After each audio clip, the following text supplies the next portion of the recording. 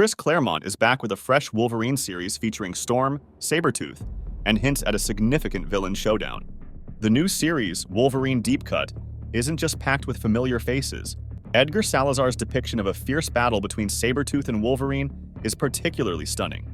I'd like to highlight two key moments, starting with an intense duel between Wolverine and Sabretooth. Before we dive in, please make sure to click the like and subscribe buttons to keep up with more comic book content like this. The story begins with Wolverine close to the Yashida stronghold in northern Japan, the traditional seat of Clan Yashida. The action kicks off immediately with Wolverine catching Sabretooth off guard.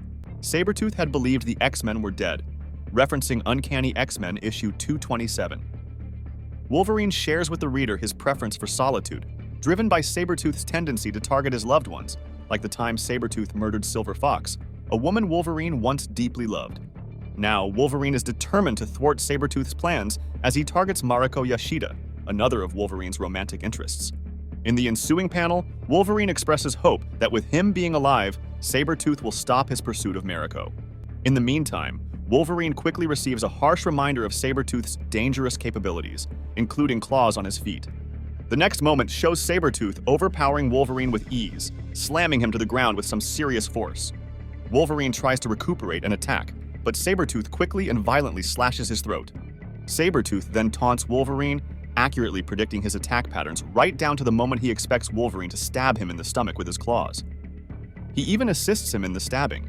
As Wolverine's claws are deeply embedded in Sabretooth's gut, Sabretooth taunts him once more before executing a shocking move against Wolverine. Sabretooth violently removes Wolverine's eyes with his claws, leaving his sockets gruesomely empty. Unexpectedly, Wolverine's extensive training in utilizing all his senses kicks in, and he declares his history of winning in blind combat.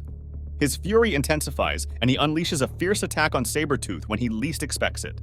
He overwhelms Sabretooth, remarking that Sabretooth assumed the battle would be straightforward, but it's turning out to be far grimmer for him. Wolverine decisively defeats him, concluding the fight by driving his claws deep into Sabretooth's chest. Wolverine comments that defeating Sabretooth was satisfying, something he's longed to do for ages. Yet he acknowledges that this adversary isn't the genuine Sabretooth, it's merely a duplicate. This clone is convincing enough to deceive anyone, he says. With Sabretooth's notorious pride, he wonders who would replace him with a clone to stage this attack. Wolverine suspects Mr. Sinister is the orchestrator and resolves to find him. Next, I'd like to highlight an engaging, quote-unquote, playful skirmish between Wolverine and Storm. The moment occurred in a deserted mining town in the Australian Outback, just days before Sabretooth's clash with Wolverine. This ghost town now functions as the X-Men's base and command center. The scene opens with Wolverine telling Storm that he must depart to handle some personal matters. Storm extends her assistance, yet Wolverine insists on taking care of it by himself. He mentions he is committed by a promise and intends to honor it.